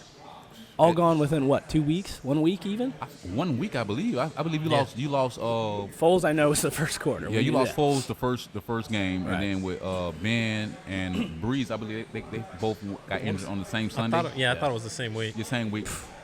It just was crazy. We're missing one of them too. I think there was another Well, team. they sat Eli. I mean, What's that? They sat Eli Manning. I don't know what your take is on him, but I guess it's probably Man, when it comes to Eli, you can't take away. Eli's probably one of the most clutch quarterbacks when it comes to playoff time. Absolutely. 100%. But I'm 100%. gonna say this: Eli Manning is the exact opposite of Peyton Manning when it comes to playoffs versus regular season. I like it. Yeah. Peyton Manning probably is the best regular season quarterback ever. Oh, absolutely. But he's was probably so one of the worst playoff quarterbacks. If you look at it like, ugh. Maybe because he ran into Pittsburgh, maybe because he ran into the Patriots. There were some great teams in front of him. Absolutely. Yeah. And then he played a lot of good AFC championships. That's for dang sure. And you had some of those AFC championship games when it was with the Colts or the Patriots, and it may have been better than the Super Bowl. You know what I mean? Yeah. No, that's true.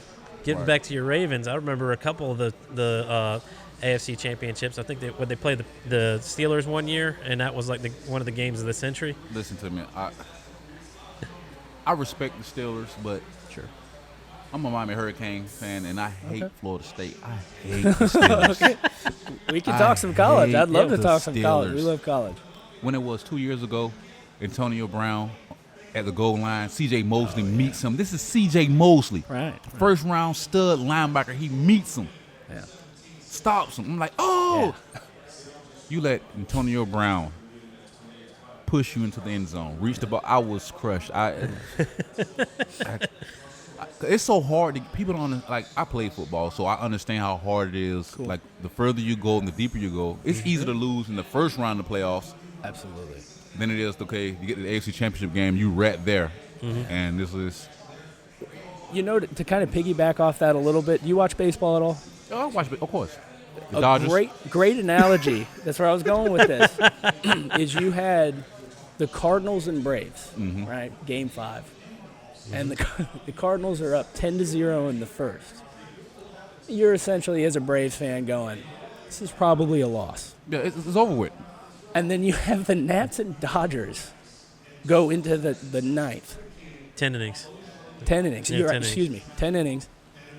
And they went on a walk-off grand slam. What L would you rather take? But it's kind of what you're saying. Yeah, you the first inning, you're like 10-0. Okay, shit.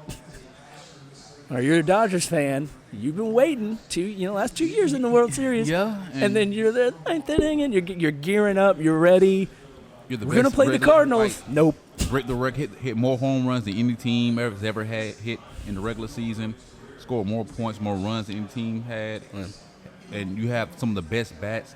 You have some of the best Clayton pitchers. Kershaw. Well, Clayton Kershaw is what Peyton Manning was in the NFL for his regular season. He's going to have a great regular season. He's going to strike out a couple. He's going to have a couple of no-hitters. But when it comes to playoff time, it's like he's no-show Clayton. Yeah. He is. He disappears, man. It's like his fastball. He can't control his fastball. I don't know what it is. His curveball has it doesn't. I don't know. Maybe that pressure. It's like with baseball. It's whoever gets the momentum. Sure. Like with other sports, you can kind of start out bad and you can catch your groove. Like in basketball, you might start out like Steph Curry does it. He might start out 0 for 6. Yes. But then he'll end up with the next 7 shots, six go in 0 from for 6, behind then the arc. he makes his next 6. Now he's 50% from 3. Exactly. So, but with baseball, it's really a momentum game. Like For sure. you know. And it's a much more one-on-one. I mean, like basketball, you're talking about. You can get in the flow because it is a true team sport. Baseball, man, it's the pitcher versus the hitter. That's it. Basically. Yeah. And I think with Crenshaw, it's with Clayton. A lot of teams know that all we have to do is make a hit a couple. Sure. This from the get go, like you don't even have to get on base, but we can just start hitting them. Sure. Whether it's a pop fly or fouling out. Yeah. When you start because he's not used to people hitting his balls. Right. No, it's very true. All season long, he'll again look like a prototypical Cy Young winner, and then the playoffs just falls apart. But let's jump into college a little bit. Okay. You were saying you're a Hurricanes fan. Well, I love. What do you think of Perry? Man, it's been a rough couple years. It has. It has. But I love my squad. Sure. But as far as the U is, when we got Mark Rich, I just knew we were gonna. The U is back. Yeah. A proven SEC coach. In a lot of senses, they were in some of those games. I mean, you saw Absolutely. The home crowd and the attendance. You got the turnover chain. Yeah, Exactly. I mean, He that brought Notre that Dame swag game. back that we were lacking. Yeah. Absolutely. I forget her name, but the president that we had, she ruined she basically ruined the program. Right. And I was so glad that she resigned.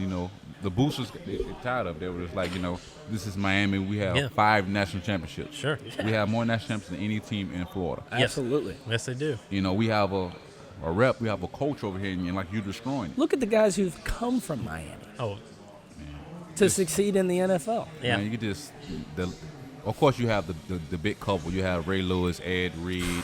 Yeah. You Michael have Irvin. Santana Moss. Then you can get into all like the little guys. Jonathan Vilma was another great defensive back. Great. You had Vilma. He was another one. Warren Sapp. Yeah, Warren Sapp. Yeah, that's right. That's right. Offensive line, Brian McKinney. You had him. Yeah. He's a great tackle. You have like the guys that a lot of people don't know. Sam Shields was a receiver when he was at Miami, converted to corner, and he was drafted by Green Bay. Yeah. His career was cut short by concussions, but he was a great corner. Testaverde. Vinny. Yeah. See, people forget about old Vinny. Oh, I don't. Vinny Testaverde, I remember.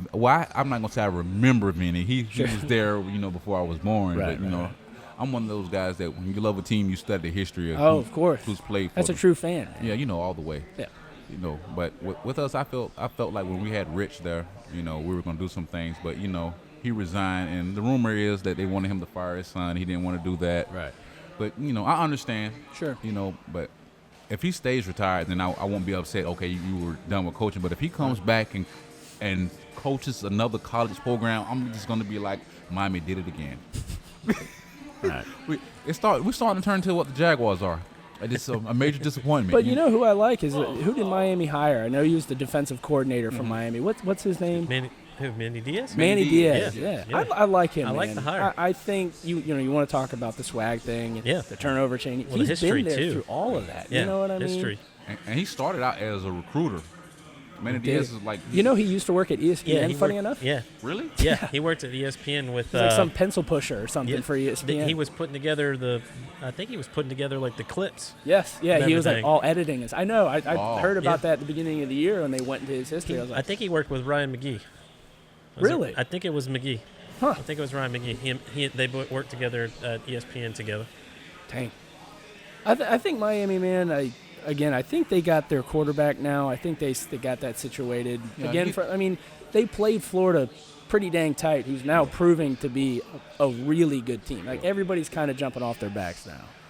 I'm not, are they back? Yes, because they are definitely back from the last, 10 years of mediocrity. Yeah. You know what I mean? Yeah, Definitely a decade.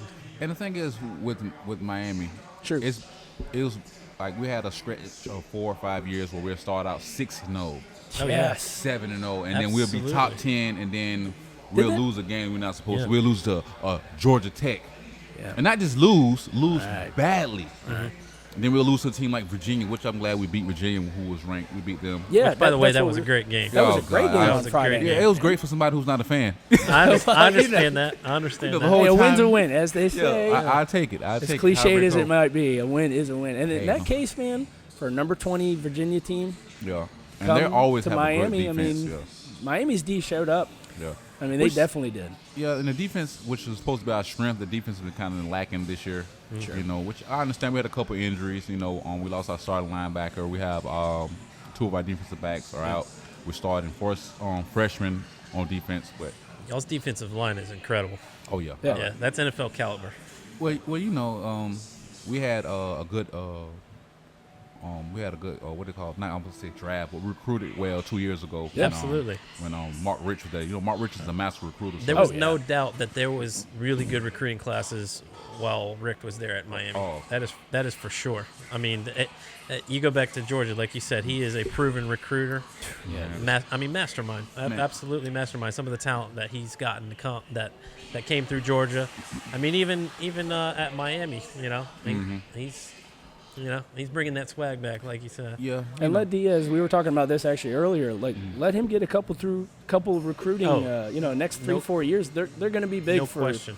for Miami. When it comes down to it, I like Manny. Yeah. At first I was worried that maybe it'd be too big of a stage. Okay. Sure. that's understandable. Because- Yeah. For some people it is. Exactly And- right. And we're not really talked about. Only time we're talked about is when we're undefeated or when we beat a team we're not supposed to beat. Sure. Not trying to sound like a sore loser No, because I got you. No. Notre Dame. I'm so tired of talking about Notre Dame. Don't They even. every year they just talk and talk. They haven't did nothing since Lou Holtz. I'm not Or going to exaggerate like Rudy, that. for that matter. You did when they did go to the national championship. We seen what happened when they play. Well, they played Now Clemson twice. last week. Now twice. Or not last Now- week. Excuse me, well, last year. in They the played playoffs. in the national championships against Alabama, and they got shredded. Yep. And then last year against Clemson in that first round of the playoffs. It's like they forgot how to play football But suddenly. people forget this is an independent school, Yes. Exactly. so they get to pick their schedule. So Exactly. it's So and this is what we always say: pick a conference already. And the Like, thing- come on, I'd man! love You to want to see be it. taken I'd love- serious. yeah. You want to be the real. I don't know where they are in the AP. Was it 7 or 8? Yeah. 8. Yeah, 8. come on now. You take Come on. it. Who have they played? Actually, their one loss now is against Georgia, who just lost to South Carolina. So That was now a, that look was at a that crazy loss. Yes. Like you lost like a That 2-3 South Carolina. Did you watch that game? Oh yeah, we had it on in here. Oh, Awesome it was. I was just like, what? Did you turn it on at halftime like I did? Because I was just like, what in the world? No I'm way. like, okay. I seen them like, what? I was like, okay, Georgia's gonna come back. Yeah. They never came. Like they weren't even close to coming back. You know what was interesting about that was Tennessee last week against Georgia, and they hung 14 on them Yeah. quick. That was crazy. The first half. And then it was so 14 to close. 13 with Yeah. minutes going down the second. I'm like, What's going on? Georgia's gonna have. I said it to him. I didn't call South Carolina or anything, but I said Georgia's got a couple losses in them. Yo. Yeah, Just watch he texted me at because the beginning of the something's day wrong. and said that. Yeah, I was like something's wrong on that defense, man. And then South Carolina again, give it to Muschamp, man. He's a defensive-minded coach. Yes. He figured him out, man. It Yeah. was crazy. Yeah, and because Georgia couldn't do anything, they couldn't run the ball. No. They couldn't throw the And ball. they got a great running back in Oh my Swift, gosh. man. That Yeah, team is Swift's yeah. awesome. Georgia is like become what USC were at one time with Yes. running backs. They become Sony Michel, Nick Chubb. What's the other? Gurley. Yeah, Gurley. Yeah. You had Todd Gurley. And those are the guys you know. But we ain't talking about the guys that second string guys that are in the league now that are still playing. And they had Michelle and Chubb going back to back. I mean, I was just like, oh my gosh. When they had Chubb and they had Gurley, that combo. That didn't seem fair. Killer. Like you have So killer. Well, two big backs, and both of them are like, okay, a crease is all they need. Yep. Yeah. And you're gonna be looking at the back of their Not jersey. even. Absolutely. So it's like pick your poison. You want to get ran over or you want to get ran by. So it's, And then before that, they had No Sean Moreno. oh Yeah, and Osha, that's right. Air Marino, remember? Yeah. And that's another player you were talking about injuries, man. That's a shame. Man, like And you know, even for South Carolina side, remember Marcus Lattimore? Marcus Lattimore, who looked like he was no going to be the question. best running back in college. And that's what's so like I would have loved to see what he could have did in the NFL. No Sean? Absolutely. Not no Sean, Marcus Lattimore. Yeah, Marcus. Lattimore. Oh, yeah, right. That was awesome. Because when Oh, it he came was down to amazing. him, he was a man's child when he was. And I really feel like some people may disagree, but I feel that the 3-year rule is too heavy because football is hard on the body. For a running back? Sure thing. Absolutely. The shelf life on a running back is so short that the average NFL career is what, 3 years? Yeah. So the average NFL player is only going to play for 3 years. But a running back career is anywhere from 1.5 to 2 years. I say it's a lot shorter than that. A lot of abuse on the body. Exactly. So you have people that saying, well, we have all these running backs. Nah, but the thing is, you probably have 6 running backs right now that you can name. The average person who watches the NFL only can name you probably 5 or 6 running backs. It's true. I mean, they've been That's because cycling this- out like crazy. Yeah, I mean, you know, and I feel like the first one I can remember was LaDainian Tomlinson, who kind of did that, man. He just kind of, not to flame out quick because, you know, he was trying there at the end, but he was nowhere the same LT At all. Yeah, when he the went to the last Jets. 5 years. I Yeah. mean, it was just kind of like, oh, crap. You know, they relied on him so heavily. That playoff game when the Chargers were playing, I don't know if they were playing the Patriots or the Colts, and they were just getting destroyed. And it just showed him on the bench with his helmet on. You know, and I know. I can't remember the game. I know exactly what you're talking about, though. That was like the start of the decline. Because too, it's not even just physically too; it's mentally. You know, a lot of people always say like, you start losing that edge. Right. And then for a football player, a sports player, it doesn't matter what sport. I mean, you know, that starts taking a toll, and you're still trying so hard. Yep. Right. And especially you go back into the injuries, these guys who want to prove it. You know, it's not the injuries. You know, it's not that. It is. Yeah, And it is. Dude, being a fan, it doesn't matter. You know, if you're a fan of the team or not a fan of the team, it always sucks to see. You know, I hate seeing guys kind of go out like, You know, kind of tail out like that. as fans, we say things like, "Oh, I hate Pittsburgh," this and that, but like, you don't want to see a person's career cut short because of an injury. No, you know, no. you have some fans that are like that, but me, I've never been. I love the sport too much to become that. You know, Dude, that's Absolutely. why you're definitely right. Of course, we're tired of the Patriots, but man, and people want to hate on Brady, and I get it. But dude, you're looking at, in my honest opinion, the best football player of all time. Yeah, you look at the and greatest how many quarterback people ever. can say they've seen it? I just love watching that guy Absolutely. dissect defense. I can't stand him, but one thing I can't take away, he's the best at what he does. Absolutely. Like it's to the point. I was thinking about it this morning. You know, in my 30 years, it's hard for me to even remember an NFL without Tom Brady. He's been around that long. That's true. You know? I'm 32, and like I'm telling you, I remember it We're goes right back there to with me you. way back to. Matter of fact, every time Jacksonville goes to the AFC Championship game, we lose to the same team, Yeah. the Patriots. All the way back to what, 99? Yep, we don't Yeah. play them. We played the Patriots 3 times in 3 AFC Championship games. We played Tennessee in 1, and Tennessee beat us 3 times in 1 year, 2 times regular season, and that 1 time AFC Championship game. They just Was had that our with number. McNair? Was that when that Steve was McNair was McNair, quarterback? There. Eddie George, Eddie George. Derek Mason. I forget the tight end they had that he was Frank Wycheck? Oh, I don't Frank. know why I remember that, but for some reason that dude's name is embedded in my head. You remember Frank Wycheck because Frank Wycheck gonna get that ball. Frank, I used to watch him get destroyed going across the middle. Get up, first down. I'm like, man, you just got this, like your helmet is on the other side of the field. He's lining up back in the huddle like, man, your helmet's gone. I don't need it. Yeah. And he was also, if I'm not mistaken, I think, was he not part of the was it the Music City Miracle against the Bills that year? Was he not the guy that threw it? Yes, that's probably you remember like threw across 'Cause field. And they were remember, like a and they forward kept pass. reviewing it, Yeah. and then and that was against the Bills. Yeah, and that was I don't think that's to me Because that was the year they ended up losing to the Rams, remember, Yeah, by it was- like it was- half a yard yeah, or and whatever. Like, listen to me. Sure. What's his name? Derek Mason caught the ball across the middle, and it was like he right there. He was like, he's finna get in there. He reaches the ball out, and it was just half. That was a great Super Bowl. That was probably one of the best I've ever Tried watched. to like stretch Armstrong that thing. Like, yeah. And the thing is, that's one of those things that you like. They never got back to that point, and they never seen the Super Bowl again. No. And here's another Let alone thing. any type of playoff success really since. Yeah. Yeah, I think after that, that's when like Monera, the Titans started to decline. After that, Yeah. Yeah. What happened with Fisher after that game? Yeah, That- that's true. That kind of may have. I mean, I'm not going to say he declined, but it was kind of like he peaked maybe at that point.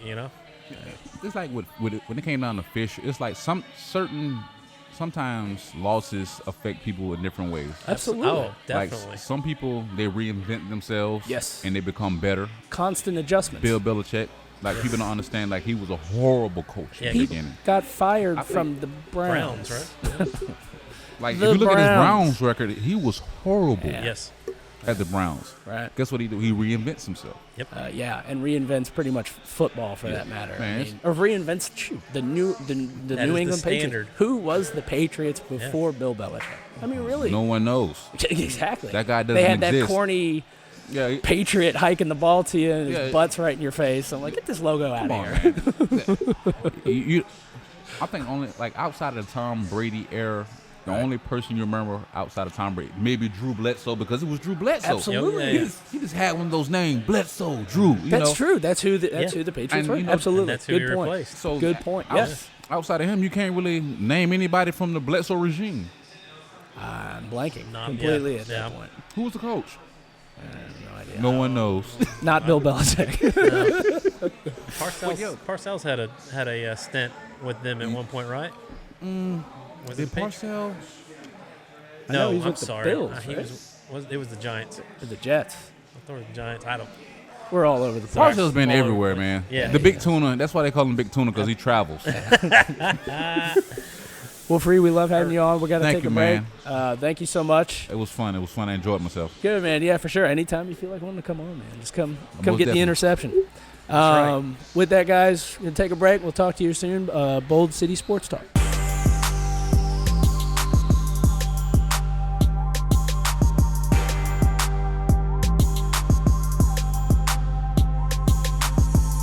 Okay, guys, welcome back to Bold City Sports Talk. Again, my name's Rob. It's my good buddy Ben. Recapping the NFL scores. Jags did lose the Saints 13-6, dropping the Jags again to 2-4 on the season. The Panthers edged out the Bucks again, 37-26 in London, and the Dolphins so close, 1 point away. Dolphins lost to the Redskins 17-16. They're now 0-5 and might as well, probably lose the rest of the way and get Justin Herbert from Oregon, and try to find themselves a good quarterback. I don't even know. You trade for Rosen, and I think everybody's kind of losing faith in Rosen already, but shoot, I don't even know if he played today. Let's think. Dolphins need help, man. He did. Rosen was eventually replaced by Ryan Fitzpatrick after Rosen went 15 for 25 and only 85 yards passing and 2 interceptions. Go Dolphins, I suppose. Okay, guys, this is a segment, Boldest Play of the Week. We kind of hinted at it a little bit when we talked to Free. The Dodgers probably took the biggest L of all time with a walk-off bomb from the local Washington Nationals player, Howie Kendrick. He's here from Jacksonville, Florida. Seasoned vet in the MLB. Hit a granny and in the 10th inning and killed the Dodgers' hopes of making the World Series for a third year in a row.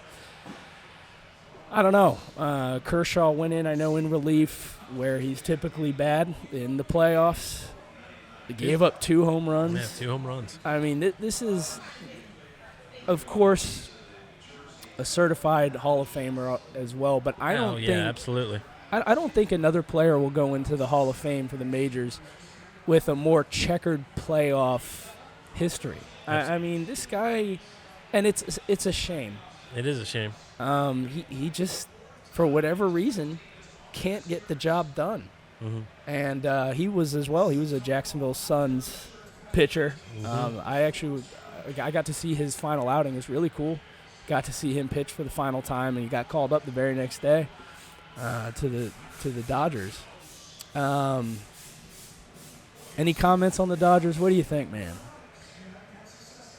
I mean, it's heartbreaking for them, for the fans and everything. I mean, they've been in the postseason the last 7 years in a row. Sure, and World Series the last 2. Yeah, and they've come away with nothing. So, I mean, in a lot of ways, they kind of remind me of the Braves.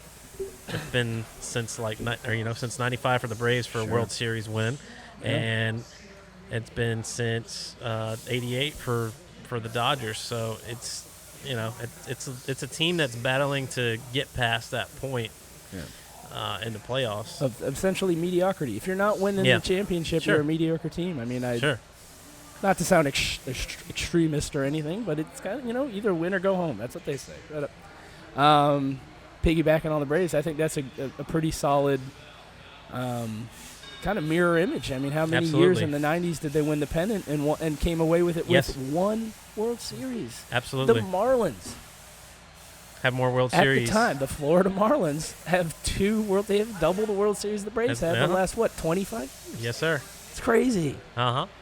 Let's jump back on the Braves. Again, we had already talked about this. Devastating first inning for the Braves. Yes. Mike Fultonevich looked like he didn't know how to pitch a baseball again. Gave up 6 earned. Max Fried jumps in, gives up 3. It kind of it made the season come to a screeching halt within 20 minutes of that first pitch. That's either way you look at it, and we discussed this a lot. A loss is a loss, but would you rather lose by granny, or would you rather lose in the first inning and not just already know it's over? Already know what your fate is. Like, okay, there's like a 99% chance we're taking a loss here, but that's 10 runs is hard to come back from. Yeah, give it to the Cardinals, man. Absolutely. I mean, that's a lot of people were trying to write them off quick. Yeah, that's a team that got hot at the end of the season. Very hot, yeah. And you talked about that earlier as well. Absolutely. Yeah, you were talking that's baseball, man. People always peak at the right time. So anonymous for baseball. That's baseball, and to an extent, but man, Snitker, you gotta know when to pull him, man. Whatever. Cards ended up winning that game 13-1. I think it was Josh Donaldson hit a solo bomb. Mm-hmm. It'll be interesting to see where he goes. Right now, the Nationals are up 2-0 in the NLCS to the Cardinals. Guess they didn't really need Bryce Harper this whole time. Seemed like they're actually a better team without him. The Rays made it very interesting against the Astros. Nobody saw that coming. Gotta have one of the best bullpens in baseball. They have one of the most not talked about good teams. Absolutely. They've got the pitching. I think they had 90-some-odd wins again this year. Mm-hmm. Close to zero budget. Kevin Cash knows what he's doing. Absolutely. A lot of people mocked him with the opener. Now we got people doing it. That's a fad that's come across all of baseball now. And in a trade that we had talked about, and we just want to hit on really quick, the Chris Archer deal to get Austin Meadows, who had a breakout year this year, and Tyler Glasnow, who in the first month looked like the undoubted AL Cy Young. Yeah. The Rays are going to be a fun team to watch, and more people need to start watching them. And you know how you do that, Tampa? You tear down that stadium, that baseball diamond in a warehouse stadium. And I know everybody else talks about it. It's old news, but come on, man. Like, you got to give these fans, nowadays especially, the way you can watch it on your phone. You can watch games anywhere you got to give them an experience at the ballpark that's better than sitting at home. Baseball experience. Baseball, to me, is one of the funnest games. I know a lot of people say this, but to go to rather than to watch on TV. Absolutely. Man. You get that, you're out in the park, you're eating food, drinking beer, watching a pretty laxed game for the most part. You know what? It's not football. Every play, everyone's screaming. Baseball, man, that's the beauty of baseball. Like, it's kind of a laid-back sport these days, and there's nothing wrong with that. It's laid back, but it's fun to get in there when you've got a loaded count, guys on base in scoring position. Sure. You got your 300 hitter at the plate, and you're wanting him just to put the ball in play. And sure. And I mean, talk about a chess game right there. You got to play all your pieces right. So it's move for move, man. And football is for the most part, but again, it is a little more kind of quieted it down. But the Rays did end up losing in 5 to the Astros in the ALDS. Garrett Cole is just a monster. And whoever ends up winning his business in the offseason, whoever signs him, and I hope it's not the Yankees. I feel like it's going to be the Yankees. Enjoy, because I think he's the best pitcher in baseball at this point. The Yankees ended up sweeping the Twins in the ALDS. The Yanks currently are up 1-0 on the Astros and won last night. Baseball's coming to an end. I think it was a fun season. I'm going to be honest. The home runs, although fun, kind of concerning that we saw as many as we did this year. And again, yes, it's fun. I get it. People go to see the home run. That's what baseball's anonymous for, Absolutely. Right? But when is there one too many? I mean, like, this is insane. I mean, I know the Twins, hit the most home runs in one team in baseball history this year with well over, I think, was it 300? And I'm just like, it's almost like they're kind of trying to combat that old baseball myth. Good pitching always beats good hitting. Sure. Or what people tend to complain about baseball, it's too slow. I don't like baseball. It's Absolutely. So slow. Which, if you watch any of these playoff games, these AL games, they're fun to watch. There's a lot of points being scored. That's for sure. Oh, look at let's talk about all 4 NL and AD. Those league games were good. All of those series were a blast. Absolutely. Outside of the Yankees took care of business, but everybody knew the Yankees were going to do some damage this year. Absolutely. With that, guys, what we're going to want to do is the end of the podcast here. I have a segment here. What are you doing? What are you doing? Essentially, just want to kind of talk about a hot topic, not giving a fiery response or anything. I just kind of want to talk about kind of something that sticks out that will, of course, get publicized, but I think clarity is something that is not used today in sports reporting or potty. Everybody wants to hit on these hot topics, and they want to be political with it, or they want to drive the point home to the point that to where we're beating a dead horse. And I know everybody's tired of talking about it, but Antonio Brown this year has made himself look foolish. And I think now recently he came out and said, I hope to play in the NFL again one day. After not too long ago through it, everybody knows everybody knows what happened. He last year starts trashing the Steelers. Steelers trade him to the Raiders. He's excited to be a Raider. And suddenly we got a helmet problem. You know how this goes. Gets released, goes to the Patriots. And we got more problems. And then allegations come out. And then he comes up with the ditty, oh, the NFL needs me. And not even a month later, he's crossing his fingers that the NFL will take him back. And Antonio Brown, I know you're not listening, but grow up, man. Grow up. There's a point in everyone's life where they have to grow up.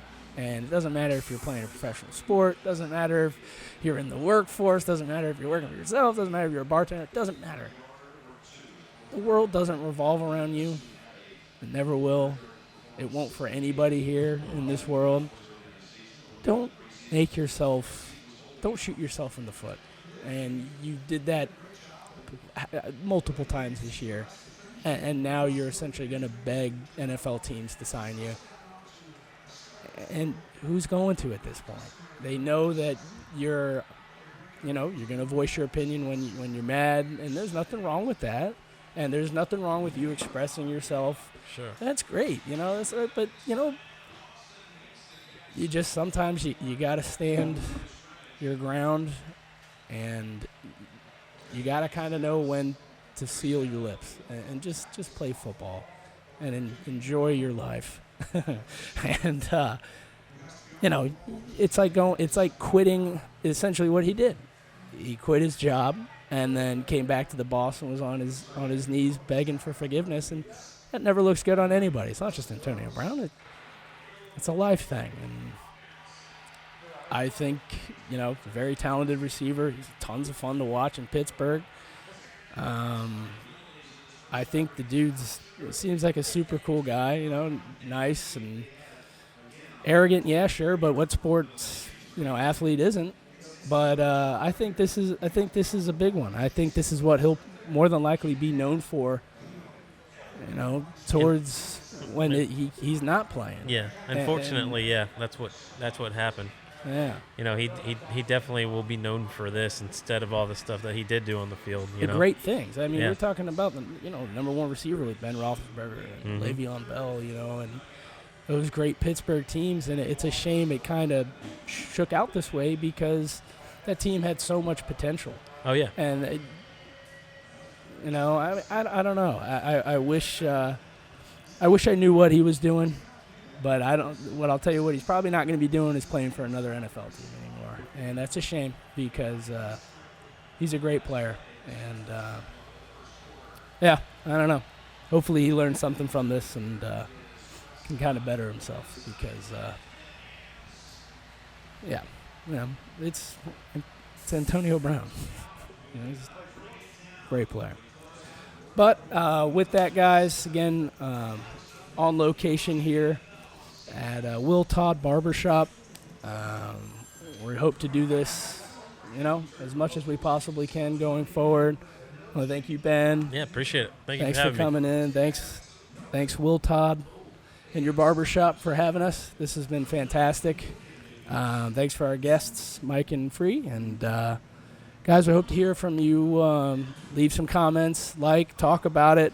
Tell in the comments, let me know that I don't know anything and I'm stupid. I don't care. If you want to talk, come visit us. We love talking sports, and we really hope to make this something. And thank you so much for watching, and we'll thanks for listening. Thanks for listening, guys, and thanks for watching. And we'll be talking to you soon. Go Jags. Go Jags. Hey, everybody. Thank you so much for watching Bold City Sports Talk. And my name's Rob. Please subscribe on YouTube. Share our information. Put it on your social media accounts. Come say hi. We're going to be generally here at Will Todd Barber Shop. And in the comment section below, just let me know how I'm fucking up.